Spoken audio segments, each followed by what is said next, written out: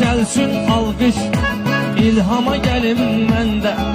Rəşad belə köynəydi, giyinmisən kəndə. Nədir bu giz-giz naxış? Sən balalı vətənini də satmısan, eşitdin Paşinyana aldanmısan, eşitdin Paşinyana aldanmısan. Ama vətənini satanlar uğraş olar, hansı qəhvə dövrana ağlar.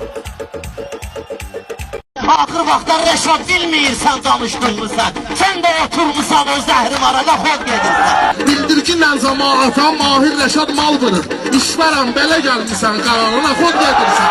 İşvərəm belə gəlmişsən qararına xod gedirsən. Mənim günümə bala qalmırsan, məndə olan hala qalmırsan. Oynamaqda dana qalmırsan, sən də orijinalni gedirsən. Sən də orijinalni gedirsən. Toylara musqalli gedirsən. Toylara musqalli gedirsən. Çalış söz qabağında söz dur. Təmizlər önündə təmiz dur. Elxan bu qədər oynama düz dur. Ama efirə seksualni gedir.